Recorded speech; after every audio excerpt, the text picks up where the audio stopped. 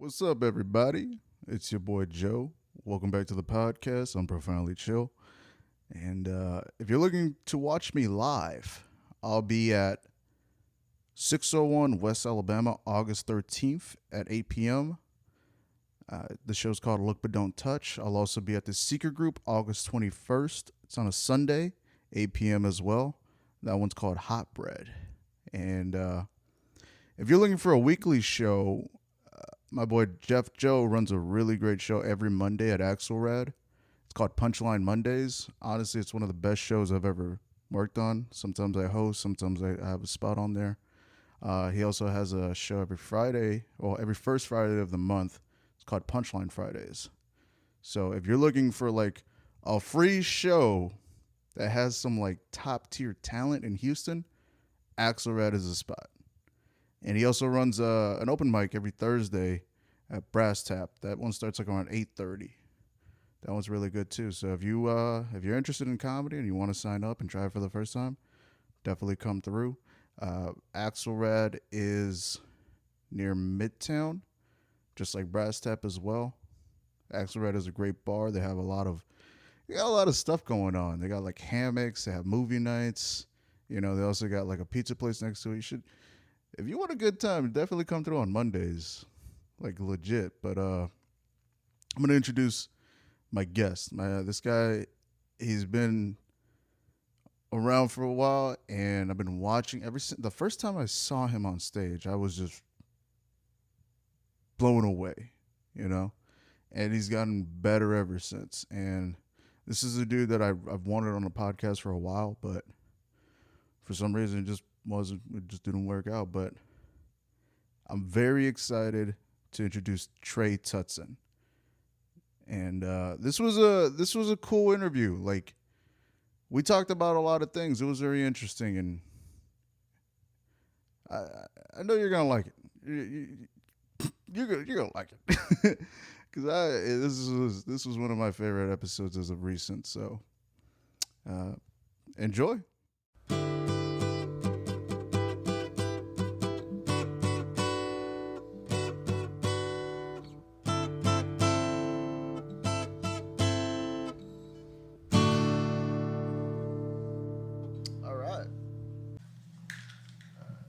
Test. 1, 2, 3. Test. Can you hear me? All right. That sounds awesome. Just let it roll. Yeah, I can hear you. Ooh. Well, we got a whiteboard right here. You should have put an equation up. Or is that a whiteboard? That is a whiteboard. Yeah. It would have been awesome to just put you could have put I don't know, a comedy equation up there. You could have put what is it? T. Yeah. I was gonna say that. T plus, you gotta do lowercase. The lowercase, like, nah. You get it. I got it. Let me do it. Was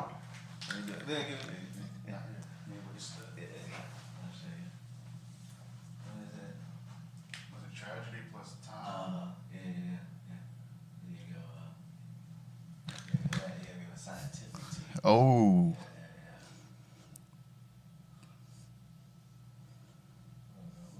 Square it. Okay.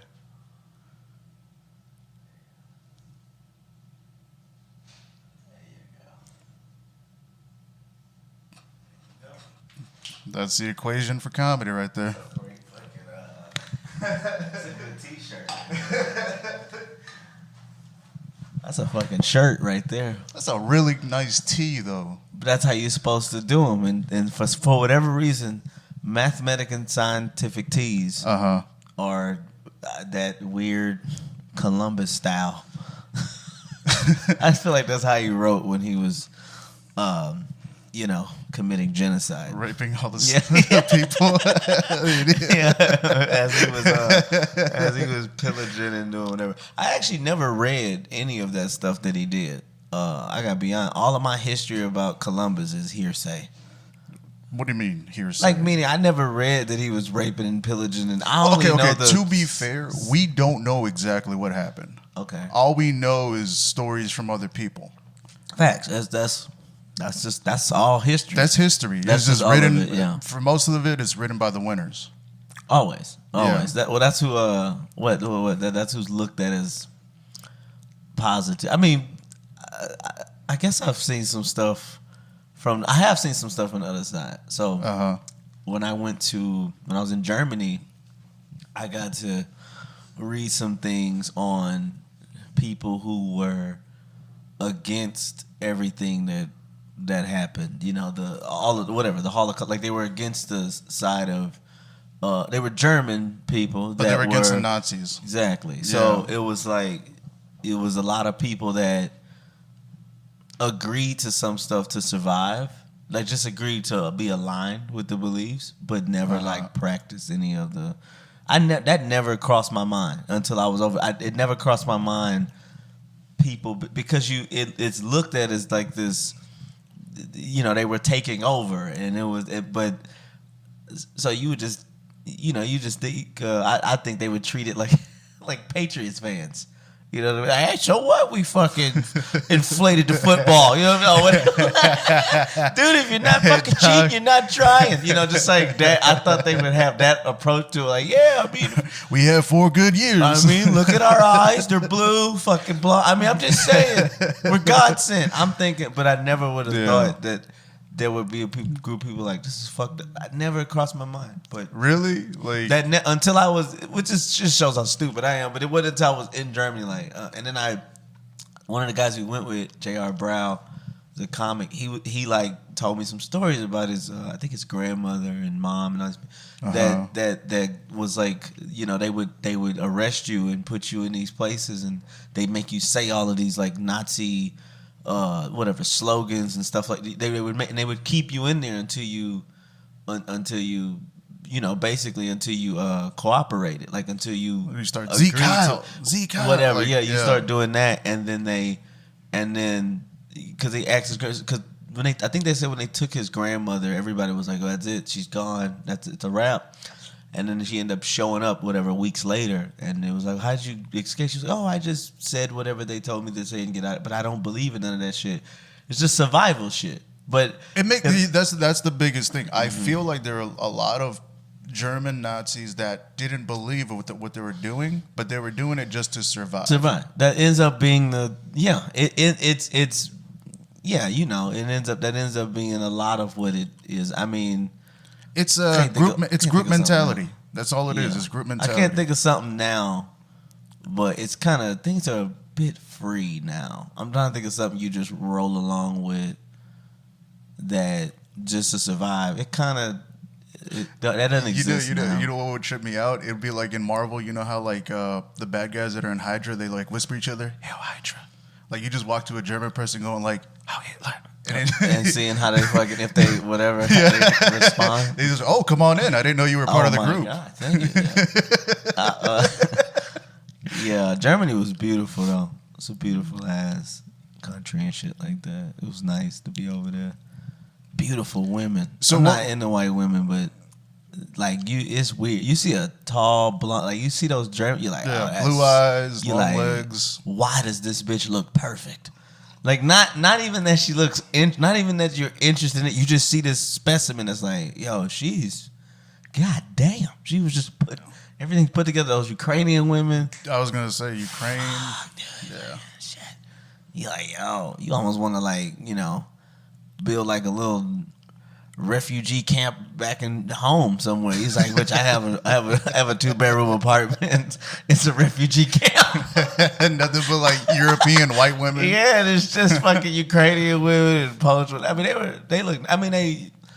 You know, there's what? How do you say? That? Objectively, like objectively hot. Like there's people that just like, all right, no matter who you are, that's a hot fucking person. Like no matter what you're into. That person fucking. Well, there are women like that. It doesn't matter what race. It's just, you can tell. You could just see it. And I saw a ton of that in Germany. I was like, God damn.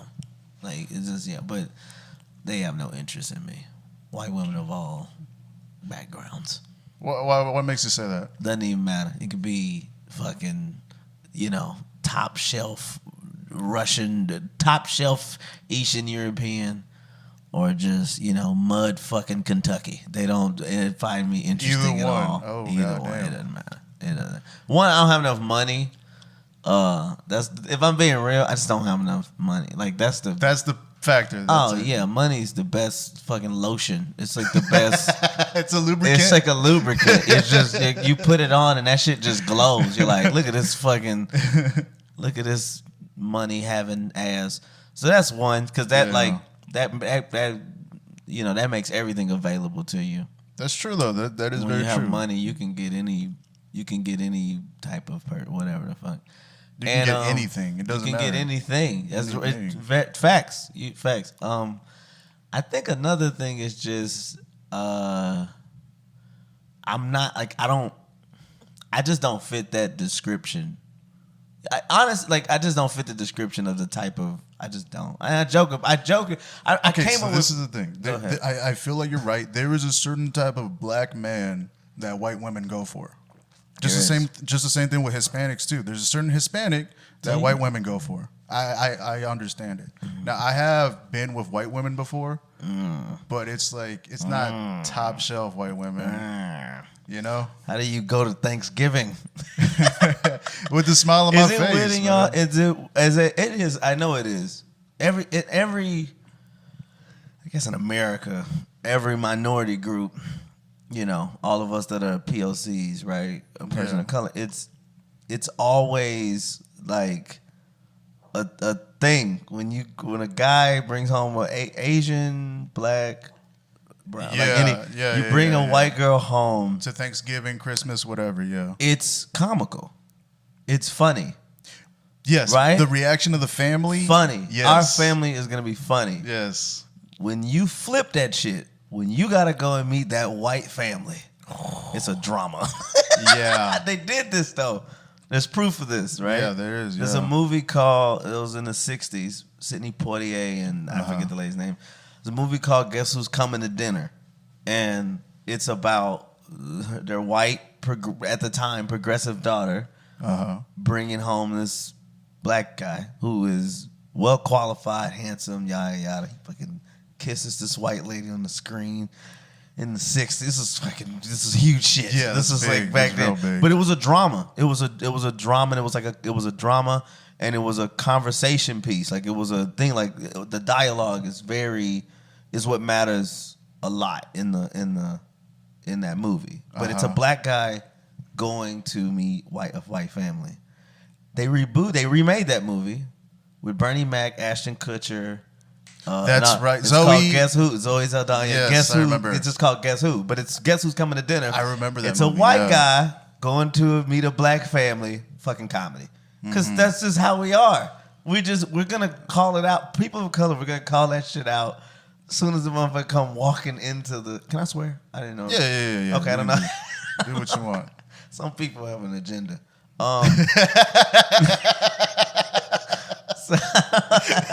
So I don't know, but that's a comedy. So no, but that is a very good point. But I feel like it's the different types of cultures because, like, with a black family, they will accept it, but they're gonna crack jokes the whole time. Soon as if I had brought on a white girl, they would be like, oh. Here comes Trey and his snow bunny. Guess what? We all good on potato salad. Like they'll just start like, don't bring anything. Check it for raisins. Yeah, it'd be years before they let her bring a dish. She'd have to she'd have to really be like, I wanna. And if like somebody brings her a plate of food, she's like, you eat that? Yeah, you eat that? Like, my family's also very. What's the right word? They're very much shuckers and not so much jivers, but they're shuckers. Yeah. They don't shuck and jive. They'll shuck, but no jive. No, they're more jivers than they are shuckers. So they would probably be very like, whatever. Oh, hi, Amber. Hi. Nice to. They try to be on the best behavior and shit. How are you? Yeah. Yeah, they'd be like very like, oh, okay. And then after a while, they would have to warm up to her and see and be like, let's see what we can. Like you got to sprinkle the realness a little bit. You can't be too real with white people. If they just came out of the gate. Yeah. Depends though. Like, conservative, the most fun are conservative white girls. Like they're just, like they really are just out trying to have a good time. They're not like, I've just noticed, not to make it political, but I've just noticed blue leaning girls, they're making it a point to be free. This is you like, just be fun. Well, it can come to extremes sometimes too. Mm-hmm. That's the biggest thing from what I've seen. Because there are some white women where I want to go up to them and go like, "Hey, you trying to make your daddy mad?" Yeah. Does that work? I haven't tried never it yet. works, I haven't Joe. tried it yet, but Joe, that doesn't work. And if she goes, yeah, she's so drunk you can't do it. She is beyond the point. No, I wish I got to work on my vocabulary. I hate that I use sound effects for explanation points. Sometimes it's very annoying. Can you give me an example? I just did it. I was just like, there's some girls be like, I'm free. What the fuck was that? Like, that's not a. You can't write that as a definition. Celebration, cheerful, happy. Like, what the fuck? Why did you just? You can't use an onomatopoeia as a definition. Yeah, but it is a good descriptor, though. You knew what I meant. Because it's socially exactly. You know? But that proves that we did evolve from primates. Because every once in a while we just go like, I gotta do some monkey shit. And we just fucking do monkey shit. So I have a nickname at home. My family calls me Pepe, right? Because it stems from Jose. That's the nickname. Oh, is that Choco Taco? No, fuck. That fucking God. Is that a Mexican ice cream? No, it's not Mexican at all. Damn, that's crazy. Choco Tacos are not Mexican. They're American. Oh, so it's like a Tex-Mex taco. Kind of like that, yeah. Oh my God. I only know about it because it was in the news. I've never eaten one of those in my fucking life. I've tried one. You tried one? It's not bad. It's not bad? Yeah. It's not a classic though. You know what I mean? It's not like. Like what? Like Klondike or? Well, it's not like like whatever, Flintstone push pop, blow pop, like drumstick. Yeah, It's not like no one was asking for that shit. So it's one of those things. I feel like the only reason people are making such a buzz about it is because it was taken away. Yes. Robert Jr. talked about that. He was like Taco Bell, same thing with the pizza, the Mexican pizza. The Mexican pizza. Once people find out, we're no longer doing it, it's like, no, I want it now. That was the point. That was exactly his point. He was like, once it's taken away. But this is the thing that kills me. All right, I want to see this reaction to No More Long John Silver's. Because when you see a Long John Silver's, you're like, how the fuck are y'all still open? Yes. I've never heard anybody in conversation go, who is keeping them in business? Where you going? I'm about to go get some Long John Silver's. That is a sentence never uttered. Never in my life. I don't even know nothing. I think what could save Long John Silver, to be honest with you, is if they were 24 hours. For this reason. When it's late night and you're leaving whatever, and let's say you're on a strict diet. Yeah. All that's open is that bullshit, right? For the most part. All the stuff that goes totally against whatever diet you're on. These motherfuckers sell fish and... So at least in the mind, you're like, well, go to Long John Silver. At the end of the day, it's just garbage food. But at least in the mind, you're like, I'm eating healthier. It's a little bit healthy. It's seafood. Yeah. You know?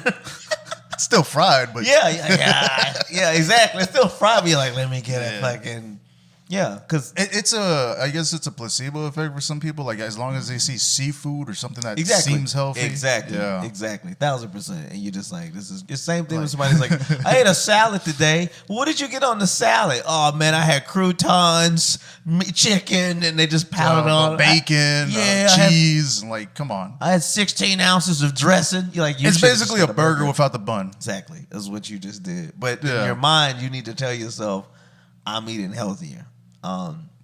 That's what it does to you. Well, that's what we do as a person. Like we try to decompartmentalize everything. And that's like I get it. I do it sometimes too. But like it comes to a certain point where you're just like, man, I can't be doing this all the time. Yeah. I started a pack, like not me, I didn't start it, but my dad, to try to help me and my brother. He wants our bond to get closer, all three of us. So he needs to get in shape. He's like getting older, so he's, used to be a star athlete, and he just kind of, once he let that go, he just became a dad and just kind of, right? So he's trying to get that, he's trying to fix that, get that better. So we have a thing where we have to run 2.5 miles a day, 100 reps of dumbbells, 100 sit-ups, and our diet is no fast food, no fried foods, and more leafy greens. Have you ever heard of this anime called One Punch Man? Yeah, I've heard of that. So that exercise that you just told me, those reps, that's exactly what he does. Interesting. I think he runs like 10 miles a day, does 100 push-ups and 100 sit-ups every day. Okay, so yeah, so we're having to do this stuff, and the diet is that's the hardest, dude. I didn't eat chicken growing up. I fucking hated chicken. Really? My brother asked me. He was like, "Yeah, bro, it's weird to me that you never ate chicken growing up." He was like, "You remember what you used to say?" I'm like, "No, what did I say?" He was like, "Cause I would ask you." I go, "Bro, why you don't eat any chicken?" And he said, "You would go, bro, I just hate how niggerish it is." I was like, very like, I just, you know. But that shows how smart you were as a kid, and you saw the social aspect. From Yeah, I hated how when I switched to PISD, I was most times at the beginning part, I'd be the only black kid in class. They would split us up, dude. So we could never. So if you had a class, I never forget when I was in 9th grade. I was in theater arts. It was like 10 of us. It was 10 blacks in one class. It was fun. We were like acting together and stuff and creating scenes. And, you know, just as in between stuff, we would get a little, whatever. We'd just be happy to be around each other. It'd get a little rowdy, but it was all in good whatever. And they split us up. They was like, all right, we're going to take 5 of these black students and move them to another thing. They did this all the time. Wow. So I remember we would try to, like, we all be in class together. We would have to, like, tell each other, like, all right, bro, we got to, like, chill. Because if we get too cool, they're going to split us up. We would see that shit. Like, it'd get real good. We were like, yeah, we learning from each other. And they'd be like, how you doing? Yeah, we're going to fucking move you over. Yeah. It'd be literally like they're getting too close to each other. Being sold. You'd miss your fucking friend. They're walking away. You're like, no. Yeah, man. It would. They would just go away, and you're just in there by yourself. Why do you think that they did that though? They're stupid. I'm being honest. Like, it was all, that's one of the theories. One of the worst things that happened. They broke down the Brown versus Board of Education. Mm-hmm. In the Brown Board of Education, where it basically says that it basically implements integration in schools, right? No more separate but equal schools. So the thing that's fucked up is that it implies that that black students so it's supposed they implement this so that black students can receive fair education, right? Yes. They have fair education. Well, it implies that them being at an all black school meant that they were receiving an unfair education by being taught by other black people. But these students' grades and their comprehension was better because when a black teacher taught her all black class, she wasn't just teaching a class. She understood it was a deeper, more passionate feeling because you were like, I'm pouring into these black kids. I want them to do better because what I had to go through to get to this point. She related to her students harder, and way more. And it was actually a better education because you were being taught by somebody that looked like you and could relate to you. That's a really good point. Because growing up, I usually had like white teachers. I couldn't really like listen to them or understand them that well. Mm-hmm. When I had the black and Hispanic teachers, I learned better with them. Yes. Because they understood the struggle. They understood where I was coming from. Yeah. 1,000%. And it was more care that was there. So Brown versus Board of Education, in there it states like it's that it's fair, but also they had to like in there it's worded in a way of like that black students being taught by basically it was like detrimental to the growth and learning of that they had to be in these schools. But when they switch all of the bullshit that went with the only thing that black schools wanted was updated books. They just wanted. That's really all they wanted. The same material that you guys are getting. We want that. So you'd have old books and you'd have this and you have that. So when you went to this, but then they were still doing the same thing. They would do the same thing. You go to a black school and they would sometimes hide stuff. My grandfather he went to McNeese State, right, which is in Louisiana. He was one of the first of 30 black students that went there. When they integrated McNeese, He was one of the first of 30 black students that went there. My great grandfather, they had this big like meeting or whatever to get McNeese to be integrated, like so that black students could go there. And everybody was talking and doing all this stuff. My great grandfather went in and gave this speech, and he said during the speech he was like, "Hey, so McNeese he was in a wheelchair and stuff. Like he couldn't walk at that point. My grandfather had to roll him up there. He was like, so I have a question. Y'all say that McNeese is a state school, right?" And they go, "Yeah." He goes, "So it means that the taxpayers' money goes into the education of the school, like of the students being educated." And he goes, and they go, "Yes." He goes, "Well, tell me this: how can my money, my tax dollars, how can they be good enough to send your kid to school, but they're not good enough to send mine?" And they talked and and when they came back, they integrated the school. And they told my grandfather, like, "Yeah, your dad's the one that really, him saying that like changed our minds and blah blah blah." So my grandfather said when he went there, he was like, it sucked. It sucked. He's like, a lot of them dropped out and ended up going to Grambling. They ended up going to HBCUs just to be more comfortable around because it was fucking tough to go there. It was such a huge culture shock. It's not a culture shock as much as it is not being, accepted and like treated like the mistreatment. Because you've seen white people, they've seen white people and they know it, but it's not like you're wondering, you're trying to see like, and it wasn't my grandfather. It wasn't everybody. It wasn't like everybody. Like you wouldn't go and it was like. It wasn't like that shit in Alabama where you see those students walking and it's like literally. Throwing shit but at even them then, it wasn't all of the students. It was just, it would just be like a majority, or it dwindled down. I would assume it'd be the teachers too. It was that. So that was a thing. You would get like. That's what my grandfather was saying. He was like, we'd have to like fucking do shit to like find the correct books and. We'd have to do it was a lot of stuff we had to do to get through. You had to be really tough.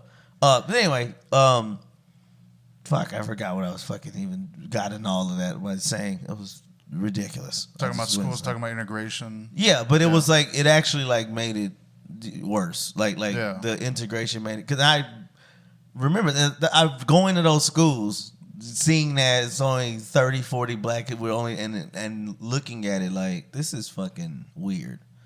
And it was always like I don't know, this is I remember the switch. And my dad doesn't like talking about this shit because he has a lot that he deals with mentally over this shit, and it triggers his anxiety. He's got a lot of baggage over it. Yeah, I think so. I think looking back, he tried to do as best as he could at the time. I wasn't where we were at, I was getting into fights every day, losing. And he was like, he's not gonna fucking survive. Like the kid, I was in first grade, and the kid that was kicking my ass every day was in pre-K. But it's because I was the same size. I was always small. Yeah. So I was the same size as the kids in pre-K. And this kid was kicking. His brother name was Melvin. Melvin was in the same class as me with the same teacher and shit. And his brother was kicking my ass every fucking day. He had a sister everybody had a crush on. Her name was Dada. She was, she as I look back, she did not look good. Did she look better than all the other girls? She was weird. We were in first grade, but she was like more developed. Okay, that makes sense. She was like curvy. Like she just had a fucking. I don't know if this is pedophilia now, but looking back as a first grader, folks, she just had a. She had a maturity to her. Not even necessarily just her body, but she had a maturity to her. Presence, the way she talked. And everybody, and her hair was always done like an adult hair was done. She didn't look kiddie, so it was a glamour to her. But then you're like, this girl was fucking trash. Like I think of it looking back at it. Yeah, this girl was fucking trash. This is garbage. Like this is somebody I would. You're looking at it through the eyes of a child, though. Yeah, through the eyes of the child, you're like, because you don't really see anybody. Like you're like, and like all the girls got dirt on their face. They're playing in the mud. Well, she just looked different. Like She just looked different. Like every girl kind of had like a childish hairstyle, like plaits with barrettes and stuff. And she had like freestyle braids, and she had adult, like whatever her mom got, she got the hairstyle her mom got. So it made her, it just added to it. I had a crush on this girl in like, I think it was like elementary, maybe going into middle school. Her name was Jennifer, and she had pigtails. All right. And I really liked her. She liked me. We used to hang around. We kissed and whatever. But after that, every time I see a girl with pigtails now, I remember her. You know, it's just in my mind. Yeah, it's in your head. You know, it's fun. There's women that still chase that. That was a fun, innocent time. Just liking somebody, and they're like, "I like you too," and you would just explode like, oh, "What now?" Like it's nothing. What are we gonna do? Hold hands? What are we gonna? You're just like. You're just in like a deep, like I like you. It can't go no further than that because you can't do anything. You can't like, you don't know how to do anything. So you just like, I like you. The most would be like a kiss. There's women that still chase that. It's just you'll be around a well, they romanticize and they just want to like, let's just lay up and talk and let's get together and sit. Let's watch a movie. How about we fuck and forget each other? That'd be good. That's what we're gonna do anyways. Can I just get this lust out my system? So I can say that. But don't it say like before you go on a date, like jack off first, like come first, so you really know if you really like her or not? Yeah, 1,000%. Yeah. And usually you don't really. That's but that's fun. That's how we are. It's biologically we were made to come, spread our seed, impregnate a woman, and then just keep living. I don't think women understand how aggressive, like how alarming that is in like that whole thing inside a guy. Just like we gotta fuck. Like as a guy, I don't. Oh shit! I remember back in like middle school. In middle school, anytime I would see a boob, immediately I'm like, oh shit. Oh, that was the worst time. Middle school was the worst time. I think that's why I don't masturbate since I was, I don't know, late teens or something. I don't even know.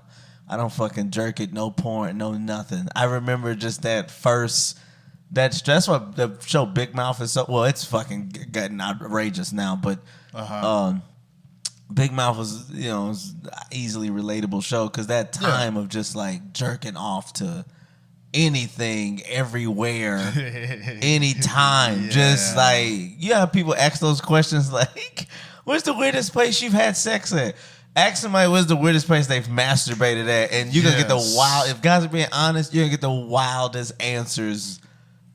Ever. It's like, what? Well, and none of them are like, if guys are being true heart to heart, you're like, oh, okay, yeah. I can see how that can happen at 13, 14. It's an age thing. Once you get to being in like, once you become like 25, like somewhere in the 20s is like, dude, what the fuck? Like, you got to get a handle on it. You can't be doing this. You can't be doing this every. It's just, There's a thing where some people, like I've heard online, or they jack off at work. Yeah. They masturbate at work. There's something in them that's like, I got to do this now.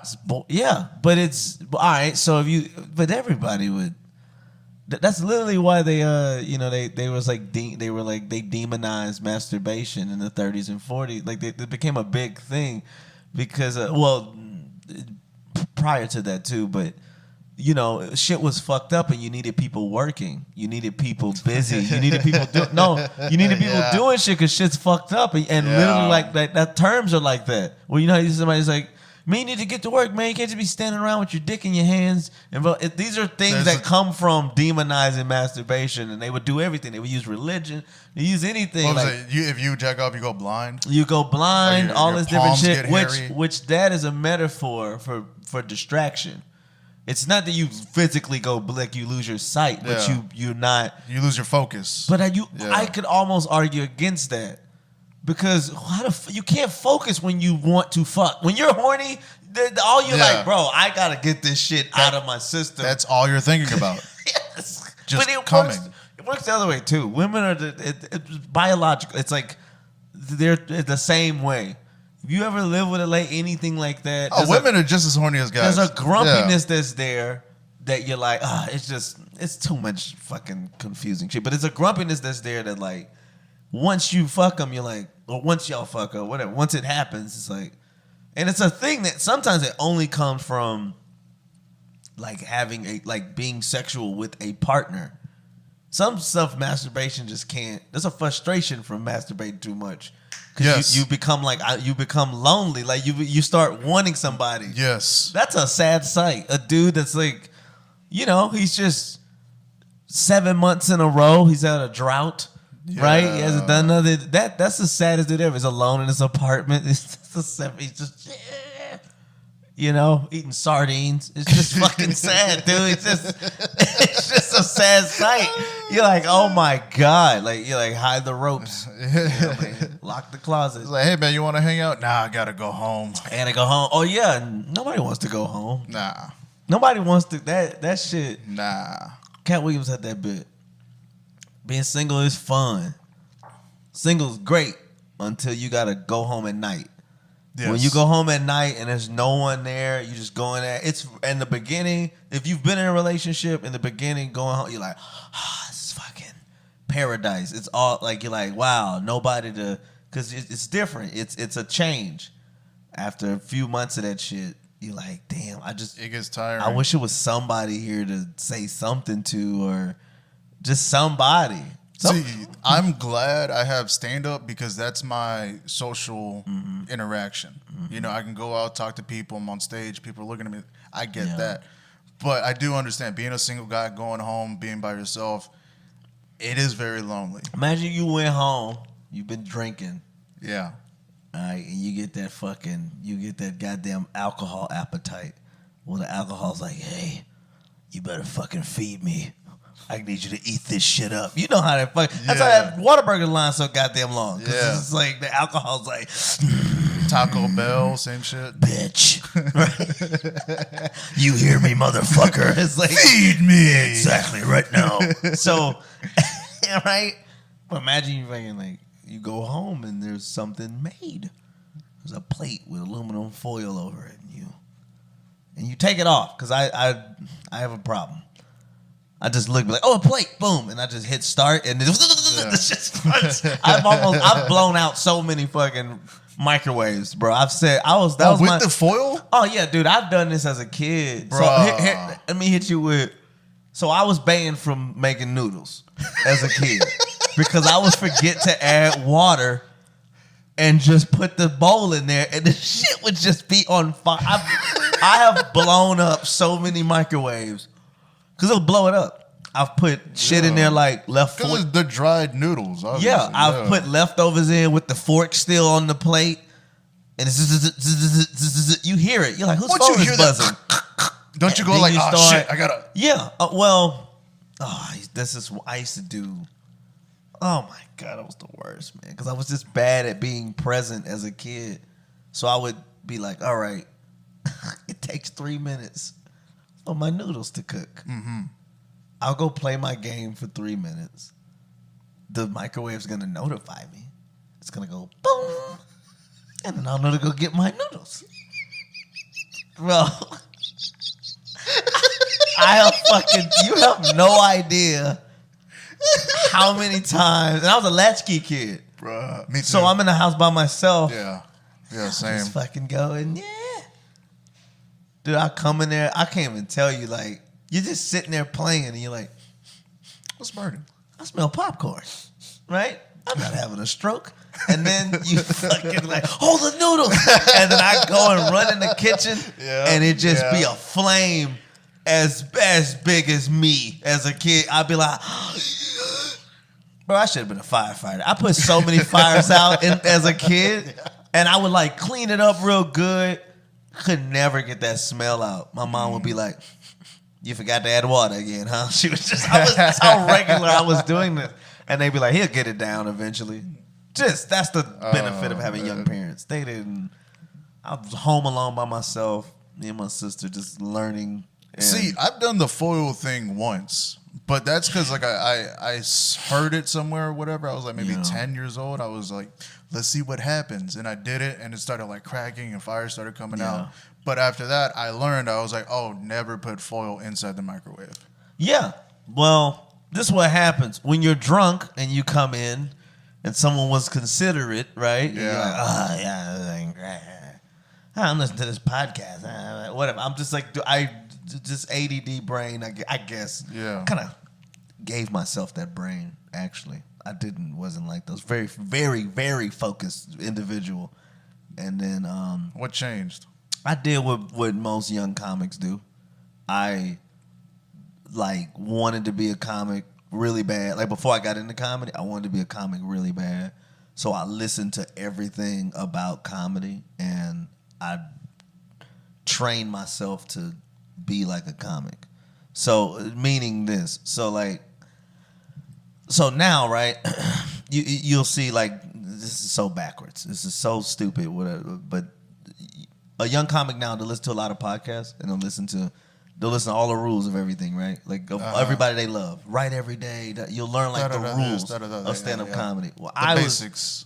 Was listening to the psychology, and I noticed all the comics that I liked had like they would always have a bunch of shit on their mind. They would be like these sort of distracted individual, and then they would take everything where they took their mind at, right? All these ideas has been floating all day, and then they would dial it in and focus it on one thing, which would be whatever the bit is, they would just dial it in, and then they would, and it's a way to like, it's weird, but it's a way to like super send it because you'd have all these different things. Comedy's the only thing where you can use everything you know. So that I didn't know I was doing that because there was this one time I was on stage and I just started talking, and I had other shit on your mind. Well, I had all these jokes that I had, right, but I never put them together. I couldn't figure out how to get one bit after another. But the moment I started talking, it was on a Wednesday night. It was a $2 bill, and it just started flowing, joke after joke after joke, and it was hitting, and it was formed so well that I never wrote it down. I just thought about it for a long time, but it just came out, and I was just like, "What the fuck just happened?" Yeah, it was weird. I hit the zone. You hit a zone for a second. Yeah. So it's like, I was doing I just did that. I just taught myself how to like think in that area, like just think like a comic, like really. But I did it for like 2 years. I just like practiced the mental. I can't explain. Just practice the psychology, like just training my brain. And then it's bad. It's the worst. Like I can't do anything now. Like I like doing stuff like this. Like this is cool because it's just I'm in this. I'm present. I'm here right easy. now. You've worked on this. But You've worked on. I don't have talking. nothing on my mind. I don't have anything else on my mind. Same but with me. I play video games. Nothing else on my mind. Throughout my regular day, just too many fucking thoughts. I was never like that before. I was a very focused individual. See, I've always been like this. I've always been like scatterbrain, ADHD. That's the word I'm looking on my for. mind. Scatterbrain. I've always had like my brain is always anxiety driven and on it all the time. It's like a hamster just rolling. And I never knew how to stop it. But then I started smoking weed, and that kind of like slowed it down a little bit. But then once I start smoking weed, then you start smoking more and more and more, and then it becomes a bad habit. Yeah. So like now I'm trying to figure out how to hone everything. Yeah. You know, and that's the hardest thing. Meditation helps. Yeah. Meditation is a good thing. Meditation is I do that. I meditate a lot. That's how I can focus in. And working out. And meditating, I realize I'm a person I have to work out every day to have positive thoughts and literally to be a hopeful being for my life. That's the only way. I have to work out every day, but just to lose weight. That's the thing. No, because my body type. It's a sad life. If I stop working out for like a week or two, I start gaining weight immediately. Really? Yeah. So you're like not like that, but you're like So you're thoroughly Mexican. So I have to sustain. Yeah. I have to keep working no matter. You're 100% Mexican. 100%. Yeah. Not to say it like that, but people I know that are that is I grew up. That's what I grew up around. I remember seeing Mexicans skinny. They be skinny, and then like we get to high school, and you're like, what the fuck? They just blew up like crazy. You're like, Doug, how did you? It's like, Doug, I just eat. Like it's like, am I supposed to die? I don't know if I should die. I don't know. What am I supposed to do? One of the biggest problems with like Mexican culture is like we are trained to eat carbs a lot, and the one problem with carbs is like if you eat too much, you get fat, obviously. But the reason why we eat carbs is to eat in the morning, eat tortillas, eggs, beans, whatever. Yeah. So you have energy throughout the day, so you can work. Yes.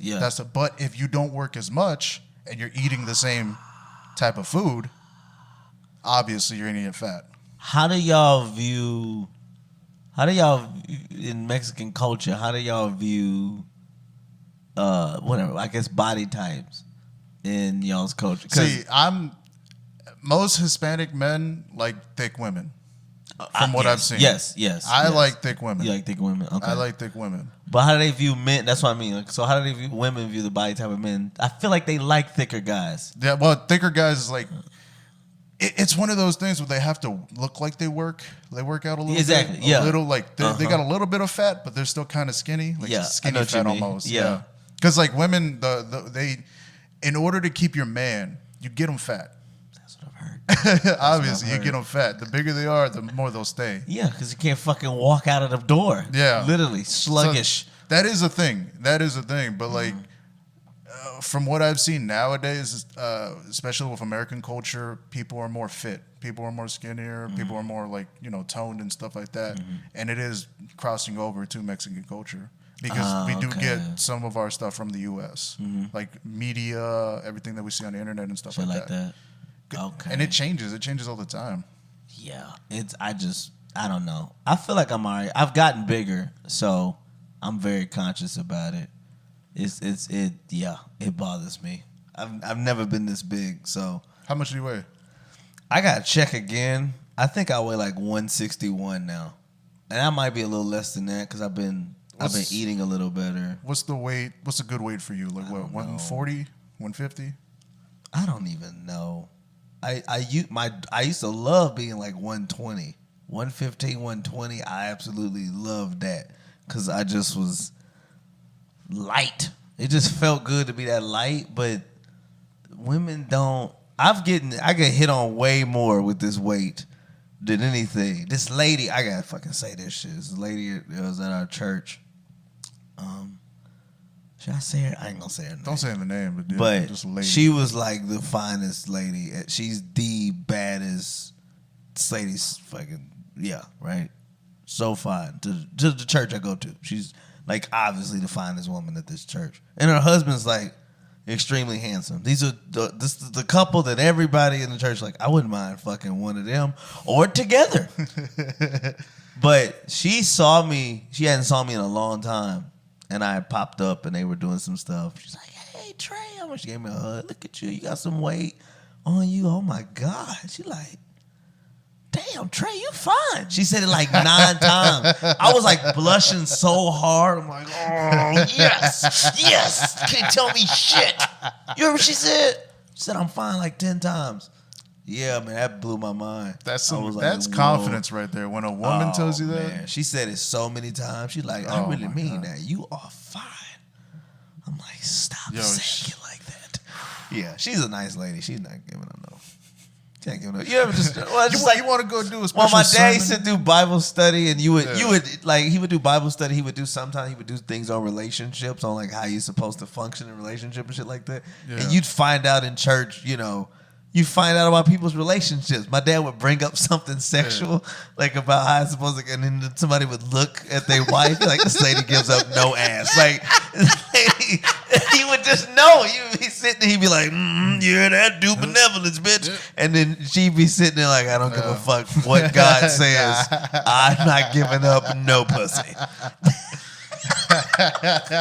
So he was sitting there, he'd be like, that's good, I guess, you know what I mean. So but it would, oh man, that would blow as you get older, and you'd be like, I wonder how devious this lady is. And you're like, she's probably devious, but from what I've seen and experienced and heard, religious women do be having a lot of sex, like they want to. Yeah, I fucked pretty much most of the women at my church. Most of them. I fucked most of them. I appreciate I was meant to say I owe my dad I owe him so much because he set me up for so much pussy. God. Like he set me up for so much. How? In what ways? Just being a pastor, just him being a pastor, and being like, that's my son, and I'm proud of him, and I love him, and he's awesome. Real shit. He's great, and it created this illusion. All the women I've ever, and I only trust these women. There's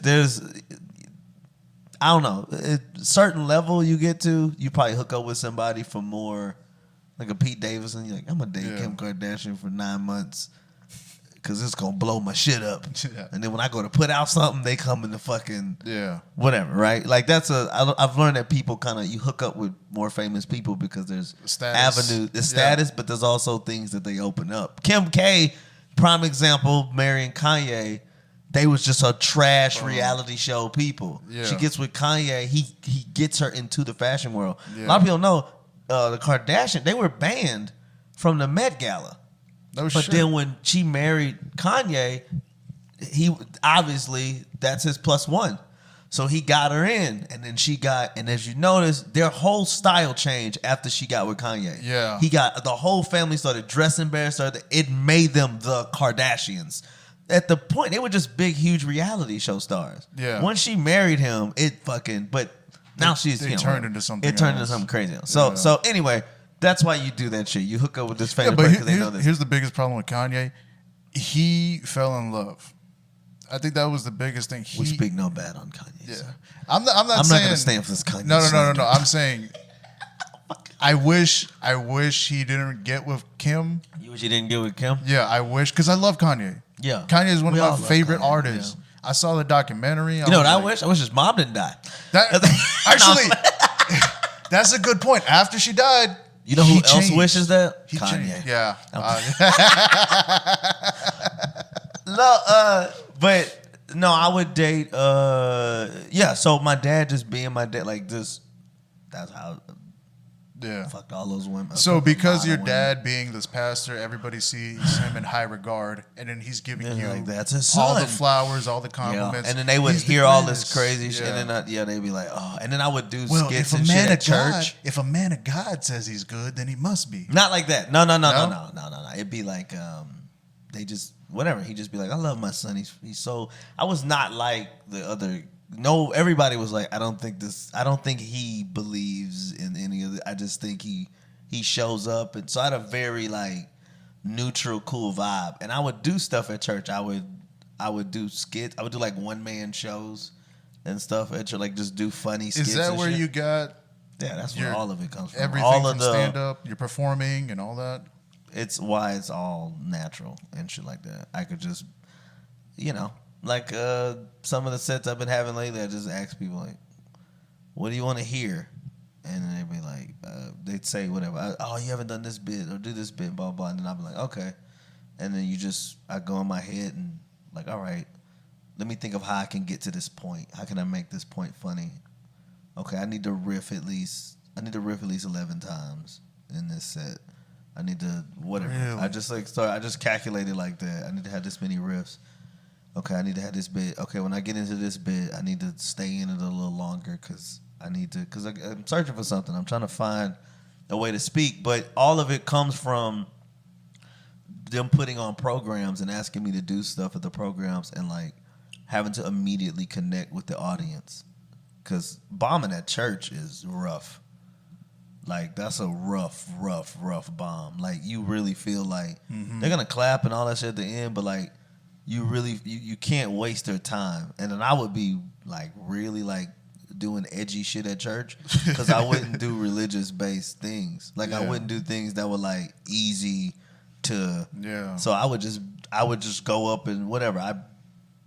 I would talk about old people at church and like I would just have like actual observational thoughts on the stuff that happened at church. Never against it, like never stuff like that, but just like why does this happen? And it would be about the way people function in church. It wouldn't be about the religion. You know what I'm saying?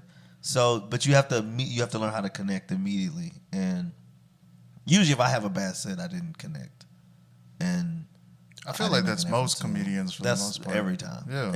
Every. You just didn't connect with the audience. That's it. Yeah, and you gotta do it immediately. So that's why all the natural. What's something that when you get on stage, what are you immediately thinking? When you first step on stage. I hope this first line goes well. That's usually my first thought. Is like, I hope this first line go well, because if not, damn, I'm in a hole. You know, like that's what it feels like. I'm in a hole. But usually, no thoughts. No. Like, I hope this goes well. That's it. Do you I already hope have? this goes well. You got jokes already. Yeah, I got a bunch. I write all the time. Uh-huh. I write all the time. Been practicing something. I'm trying to get really. I want to get really good at this. Yeah, it's just I am too hard on myself for where I want to be at, but I can see it, and the journey's long and rough because of the standard you hold yourself at. So, I write every day, but I got a new way that I write is I write everything in my head. So I go over it over and over again. When I run on a treadmill, I write the bit. I say the bit in my head while I'm running on the treadmill, tired and everything, because I have to block out all those doubtful thoughts. Man, I'm tired, I'm winded, I want to stop. And so I'll start thinking of a bit, and I'll work it and work it. And work you through focusing that. on that joke just lets you keep going and going and going. No, it makes it No? way harder. It makes everything way hard, like way harder. Like it increases everything because it feels stupid. You know what I mean? It's tough, but you want to try to get to a zen place of that. I used to be that focused, but like I told you, it's like I in comedy, got crazy scatterbrain now. So it's all kind of shit that's eking inside of there. So I just try to focus on it. But what it does is that bit is like once I'm done working out and I feel positive, I feel good. When I start thinking about that bit that I was writing in my head, it helps me to sort of like dive into it more because I'm optimistic about. Now it's fun and I wanna. It doesn't feel like I'm like oh fuck, I gotta fix that bit. How do I? It doesn't feel like that. It feels more like, oh yeah, this is fun. I can't wait to whatever. It adds that fun to it. So Yeah. but I write in my head and then I try to speak from the heart. That's my whole process now. Well, also you're saying the jokes in a way that you normally speak. That's what I try to do every time. Because some of these comics, when they go up there, you can tell it feels like they're reading a script. Comedy. Yeah. But no, I just try to. I want it to be natural like that, and just. But it's all from, like I said, it's all from church. It's all from going up and having to do that and having to speak like that at church and like connect and feel. But yeah, so I try and do everything in my head now. Everything in my head. The only thing I'd write down is if I have a sketch or something, like a sketch idea or something like that, I try to write that out. But like writing it down, I just try to. That's why all my favorite. Because the reason being this, the reason being is that I just wanted to just be like breathing. So somebody's like, I haven't heard this bit in a while. I go, okay, I'm gonna do that bit, but I might get to it differently. That's it. You know what I mean? Versus having it be a routine pattern. So I was talking to another comic about the same subject because I was pissed off because sometimes when I'm on stage, I'll say a certain bit and the people can't relate somehow, right? So he told me, why don't you just write it 8 different ways for different scenarios? That's a way to do it. That's what I'm thinking. But that's like you'd have to writing it 8 different ways. One, you'd have to test it out in those 8 different scenarios. Exactly. It doesn't take. I mean, it's good to write 8 for the exercise, but that just means that okay, I actually do have something that's prolific and good. Like I have something where I can angle it in 8 different directions, right? But you know, depending on the type of comic you are and the situations that you're in, you probably need like 2 or 3. You know, but the only way you're gonna know is if you have to be in those situations. So that's why I'm a very much like I try to go up as a in a vibe and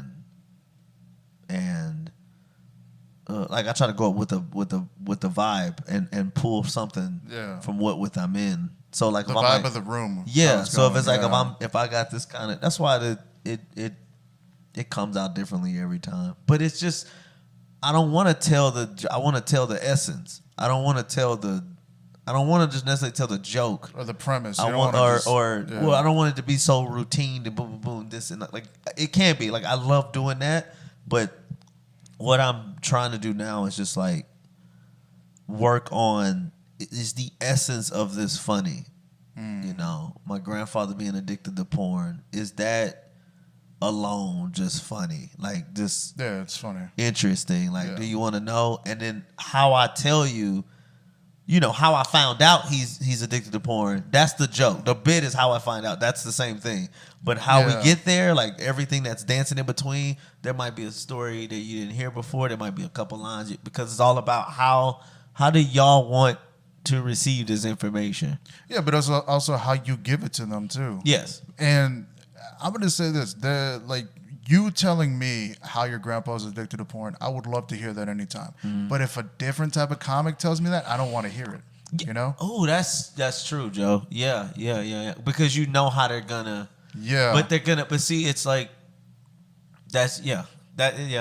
That's true. Because there are different ways of orchestrating that and then putting it out. No, but I feel comfortable when you're on stage. I'm comfortable listening to you.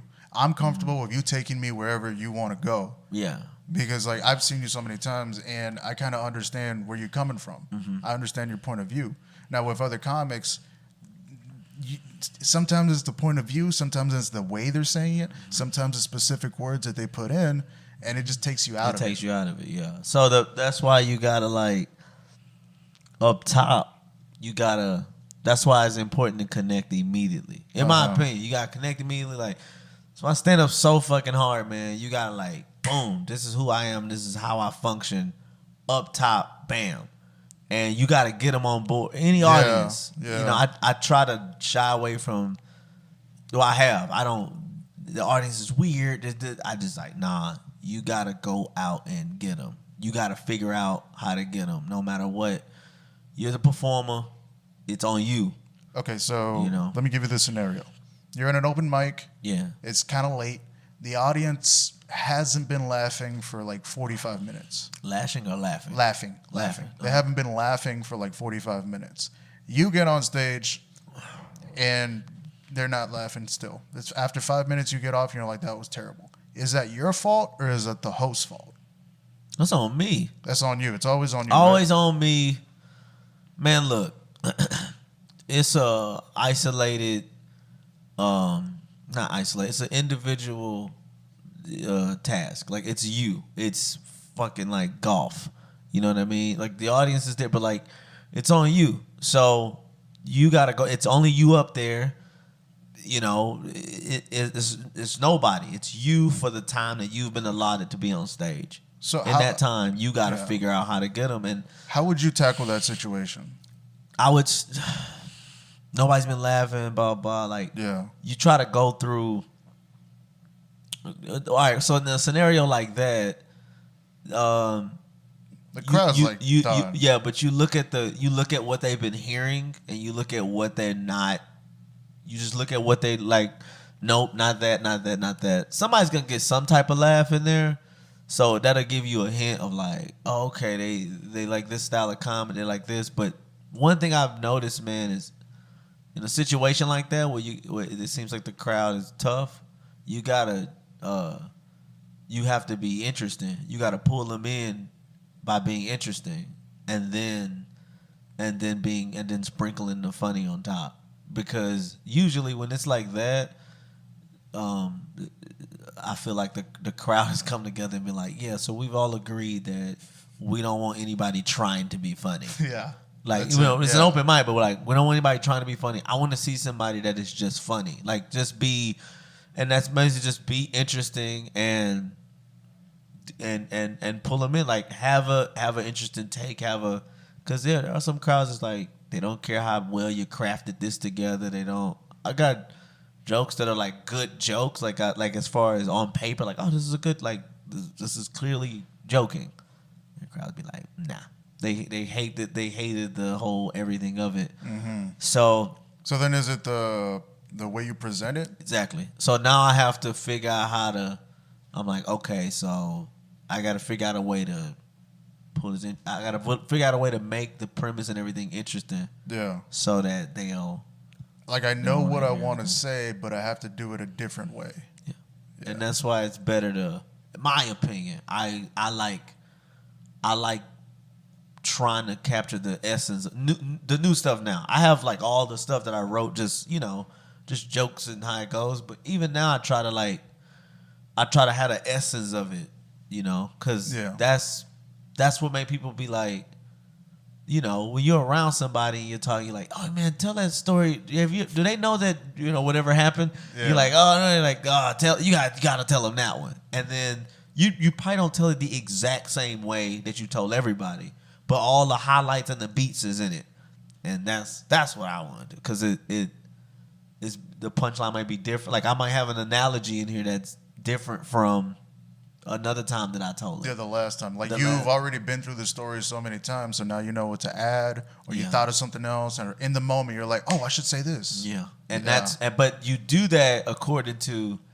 how I would tell my grandfather or like an elder, how I would tell them a story about, something that happened. It's gonna be worded differently from how I'm gonna tell you. You know what I mean? Like I'm probably more loose. I'm probably more. But my grandfather's probably tighter, clean, like. And I figure out a way to get him to laugh the same way that you would laugh at it, and that's why I like trying to like come up with and just being as original as I can be as far as being personal, and that's the main shit right now. How come you don't put on your own weekly show or monthly show? Because I probably wouldn't give out time. Okay,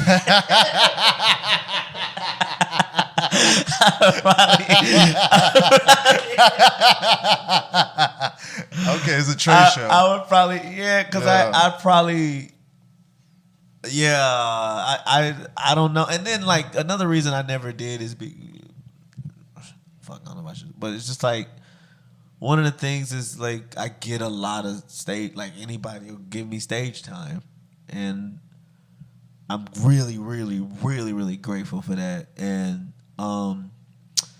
that's why I get a lot of stage time, and I running in my own room would take so much fun away from being able to go up in a way, because you run a room, it's all the responsibilities that are attached to it. I get that, but it's also the freedom to build something. Like Yeah, you can build the room to which your is why I vibe. have the interruption. Yeah. So and it's a show I do whenever I want to. Yeah. And everybody, Oh, you also have a podcast too. I do my pod. Yeah. I listen to it. Yeah, It's appreciate that. Yeah. I've been trying to make it better and shit like that. Just adding different shit to it. It's just me being silly on there now, because I just like. Now I just try to make my brother laugh. That's all my bits are now. It's like if you hear anything new you like, anything like that, it's he died laughing like what the fuck, and I'm like, all right, now I got to figure out how to do this on stage. That's my.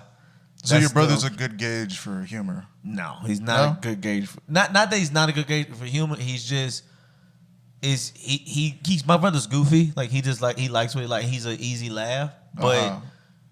It's not a good gauge for if something's a good bit or not. I just am choosing to. It's the only way I'm gonna be extremely original. Is if I make him the target audience. It's gonna, because I can say whatever the fuck I want to, for real. I can say the wildest shit to him, and like all right, I'll tell you something that's not a bit yet, but it'll be a bit. It's gonna be one soon. But I can't do this everywhere. That's the thing. So. I remember I was talking to this girl, and I don't know, somehow we started talking about the trans community. We started talking about trans shit, right? And the stuff that happens to trans people. They end up killing themselves, and every time they're dealing with somebody, fucking with somebody, stuff doesn't go well. It goes crazy. It goes south. And and I was like on the side of like, man, it's kind of weird, but a lot of times these things happen when they don't tell the person that they are trans, and then the person finds out later. Yeah. Also, when they people don't want to be outed, like, stuff like that. And this girl was like, yeah, and I just feel like, that shouldn't happen, and this, that, and the fourth. I'm like, well, if somebody's like being devious like that, like they got this information and they wanna, and one sentence after another, she starts crying, right? She starts fucking crying on behalf of trans people. Like, she's crying hard. Yeah. It's crying to the point I'm like, what the fuck? Like, That's weird. Weird, right? Yeah. And I was like, wow, this is like the most empathetic person I know. And then I was like, oh, no, wait. She's not crying because she's empathetic to trans people. She's crying because she's a fat lady. Right? Because fat women and trans people, they get treated the same way sexually. Everybody will fuck them, but nobody will admit to it. That's true. So she's crying because she's like, as a person that no one wants to claim and no one wants to say that they fuck me, this sucks, right? So that's all I got. So he's hollering. He's like, my brother will be like, what if a fat lady, like you're hanging with your boys or whatever, and a fat woman comes up and is like, hey, I had a great time last night. What you talking about? I'd be like, tacos. Yeah. I know. Those tacos are slamming. I know. You put that lime on there? Fuck. That's a great point, though. Yeah, but it's like, and it's like, I don't know, but I have to figure out a way to premise that attached to a human behavior.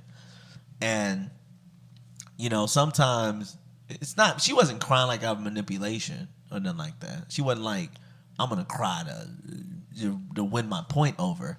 She was really thinking about it. Yeah. And then you look, you look at her shit, you be like, oh boy, it's a rough. But it took me a while. I was like, God damn, this is like the most sensitive. But then a couple days went by, and I was like, no, that's not why. Fuck, you're crying. That's not why. That's not why at all. She's feeling bad for herself. You're feeling bad for you. You don't give a fuck about these trans people. Was she white? No. Okay. That would be even crazier. No. But it's. Yeah, I mean, you know what I mean. So anyway, stuff I like understand. that. I say that to my brother. And I told that to someone else, and they was like, "Oh, you gotta do that on." I told another comic, "You gotta do that on stage. Are you doing that yet?" And I'm like, You can't do that. I can't do that everywhere. You can't do that exactly right now. And I understand what you're saying. You know what I'm saying? Because some people would take that the wrong way.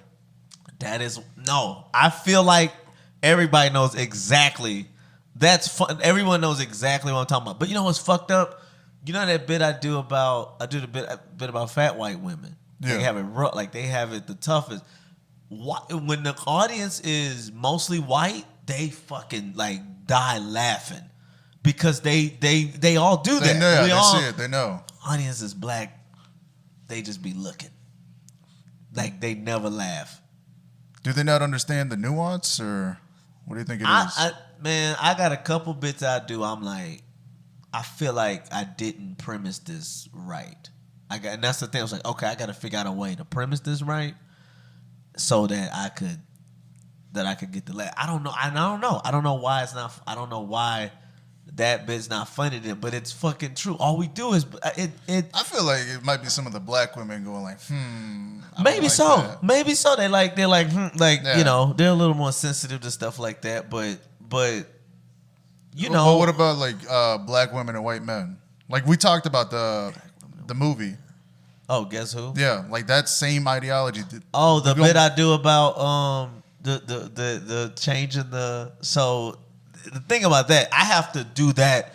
I've learned I have to do that shit like they gotta be locked in. It's gotta be with precision, attitude. Everything's gotta be right, because if people check out, black people in particular, if they check out of that bit for any moment, the next thing that they hear is, I think slavery was a choice. And they're like, fuck this dude. Like, they just like, they didn't hear none of the shit that got to that being the punchline. All they heard was that. Get him the fuck off. I did a gig one time, bro. Joe. It was a nightmare of a goddamn show. And I was doing that bit. Where was it? It was at I don't know what to fucking say. It was an outside show in Humboldt somewhere. I can't remember. But Terrible. Oh, was that the one where? I think I heard about this one. Terrible show. Yeah. Terrible show. And terrible. Couldn't hear anybody. It was just, it was fucking awful. It was worse. It was humiliation at its finest. And motherfucking, so I'm doing this bit. There's a table these people are from, they're not from Detroit. They're from like outside of Ann Arbor, which Ann Arbor is like Michigan. In Ann Arbor, in Michigan, which is like it's like a douchey college town. It's like a liberal college town type place. Whatever. Anyway, they're from like somewhere around there, but they have like a Detroit attitude. Like they're very like from Michigan, like very.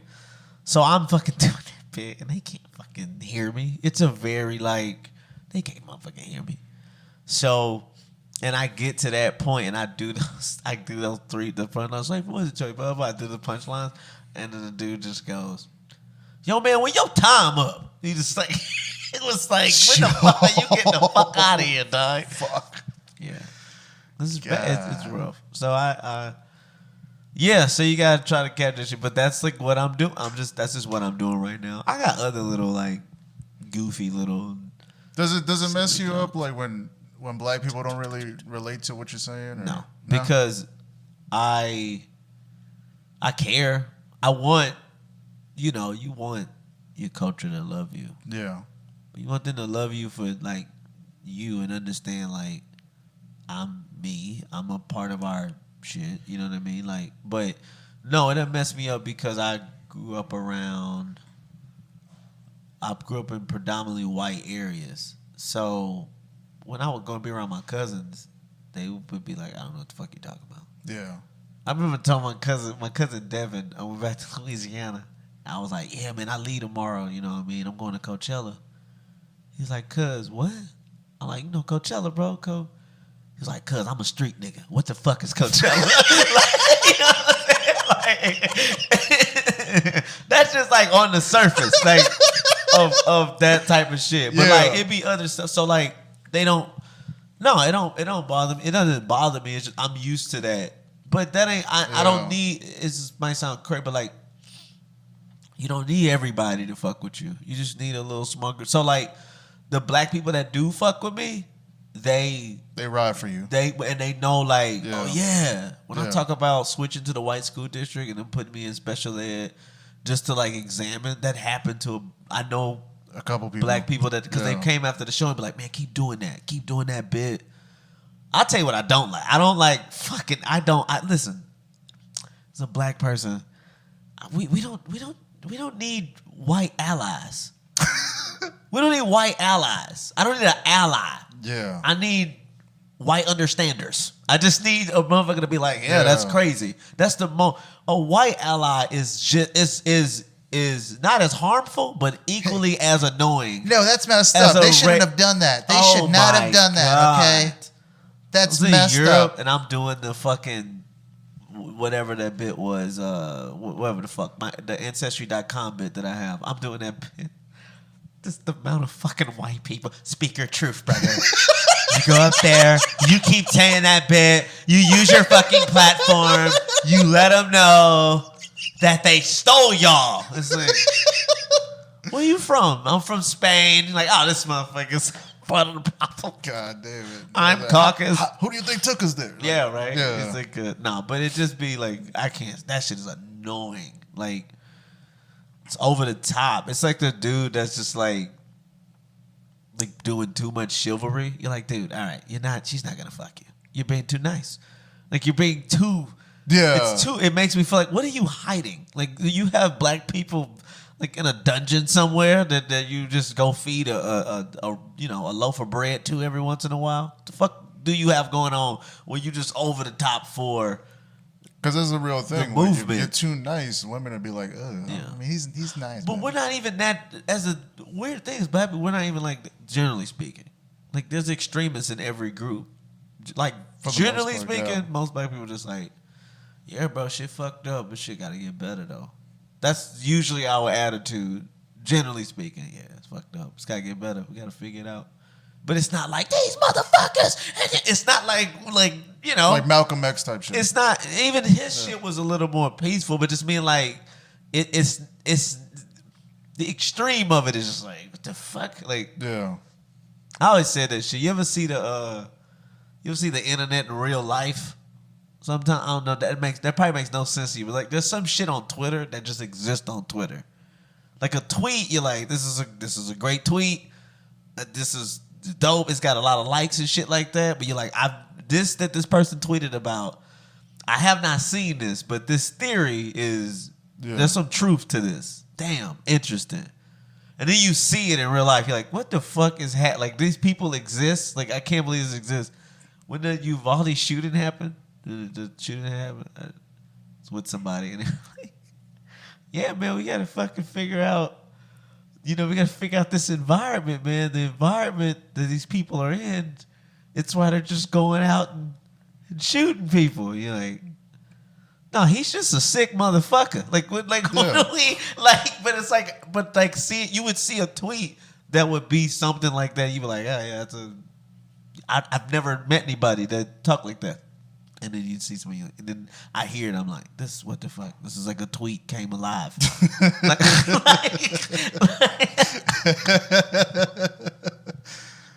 Okay, I know what you mean now. You know what I mean? Yeah, like, you crazy. see, like, there's certain shit that people, because it's all bullshit. Like, it's such. For the most part, yeah. These people that just, like, tweet, like, all day, like, they're not even. No, it's wild. It's like talking to people that, like, they tweet all the right shit. They say all the right shit, right? But they don't, their life doesn't reflect what they tweet about. Mm-hmm. It's so like I'm done with bad built black women. I'm done. I know it sounds great, but I'm done. Like if you are shaped, fucked up, I'm just like we're at a distance. So hey, how you here's doing? the biggest thing. Here's the biggest thing. The one thing that I'm realizing with men and women. Look, women want a man who has a good job, who works out, who's intelligent, this, and that. Mm-hmm. But we want it too. Yeah. We want it too. What you want, we want. Yeah, 1,000%. And if you're not going to work towards that goal that I'm working towards, doing everything that I need to do, why do I need you? I'm going to go find somebody else who fits those qualifications. Facts. Both sides. Both sides. Facts. Jada Pinkett said that, I read Will Smith's book, and Jada Pinkett said in there, she said that marriage, she didn't want like a traditional wedding and all this type of shit. She sacrificed a lot to kind of be with Will because he was like the bigger star and stuff. And she said that she doesn't think marriage should be a ceremony with all these people that are around. Marriage should be a marathon. Like you two, the ceremony should be you have to run a marathon with your partner. It's fucking, but it's like you have to run a marathon with your partner because you're gonna find like we have to get to that ticker tape. Mm-hmm. It's fucking together. It's 26.2 miles, and we got to do this together. We got to push each other. You stop, you get tired. I need, we got to encourage each other. We got to. I agree with that, like because when you get in it, it's a fucking. It is that. It's a marathon. It's like this person's low, this person's down, this person's dehydrated and they're tired and they need that encouragement and you should see what the fuck a person is really made of. Because if you're running a marathon and the person like says fuck this on mile 5, bro, you're not the one. Like you just what about when things get really fucked up? Yeah.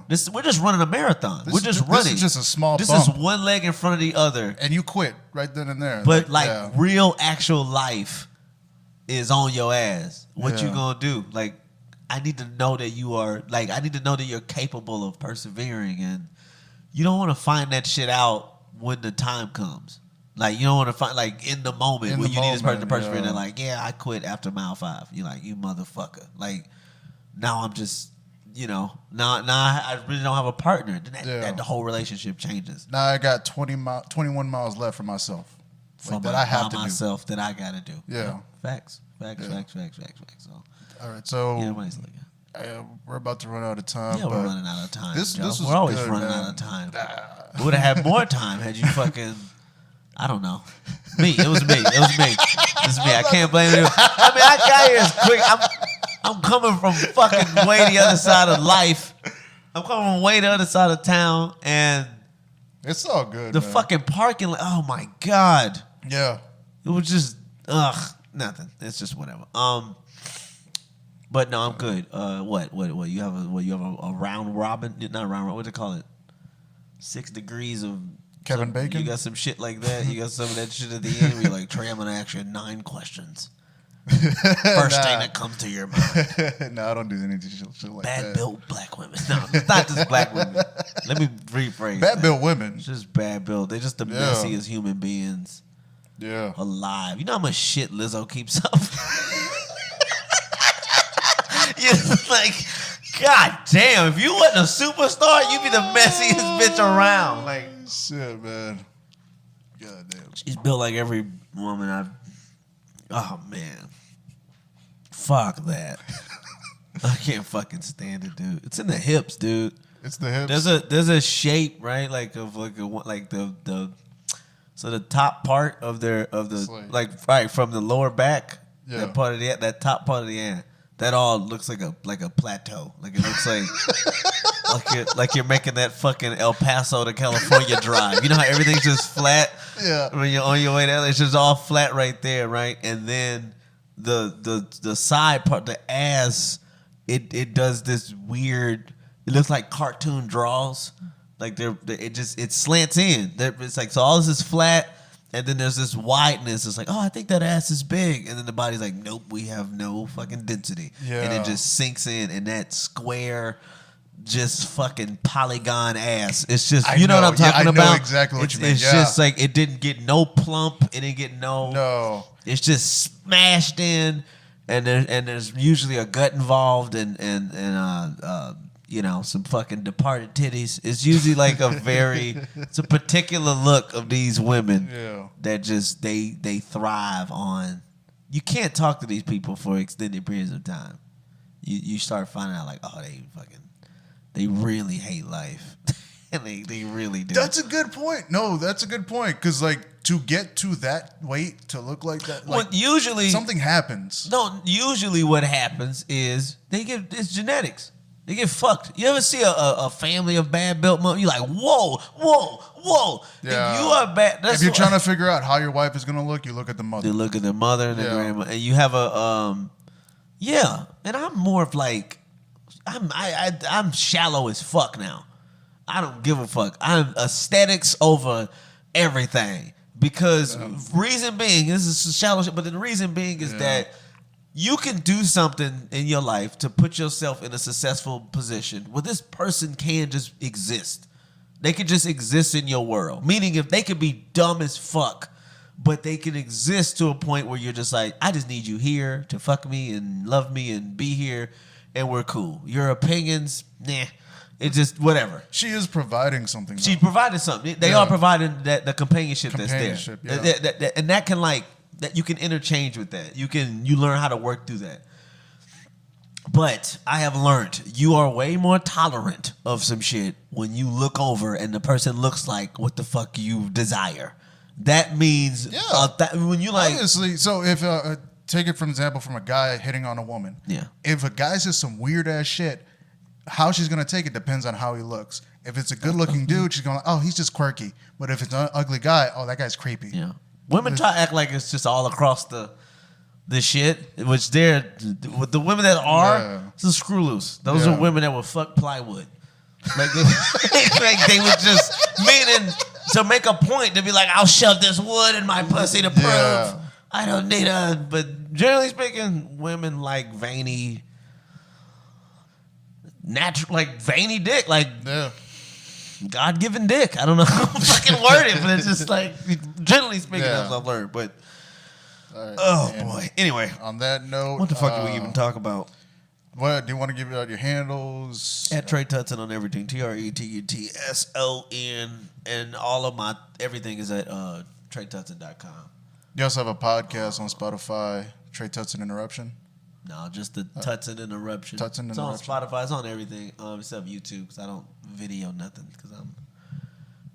I should do something. You should. You put it on YouTube. You'll get a lot of views. I was in it. I was active for a while, and then I gave up because I kept eating too much Popeyes. Yeah. They put depressions in you know that? Oh, in the food? In the chicken? They put it's a little seasoning they put extra. No, they inject the chickens from the farm with like these things to make them big, and it causes hormones. Hormones that causes depressions in humans. So that's why you see them sad ass Popeyes commercials now. That lady is full of shit. That lady don't eat any of Popeyes. Nah, she doesn't. She's fucking Chick-fil-Aing it up. No fucking steroids. Looking around. All right, Joe. Thanks, man. All right. Appreciate y'all. Y'all know where to find me at the Joe Cassidy. And I'll see y'all next time. All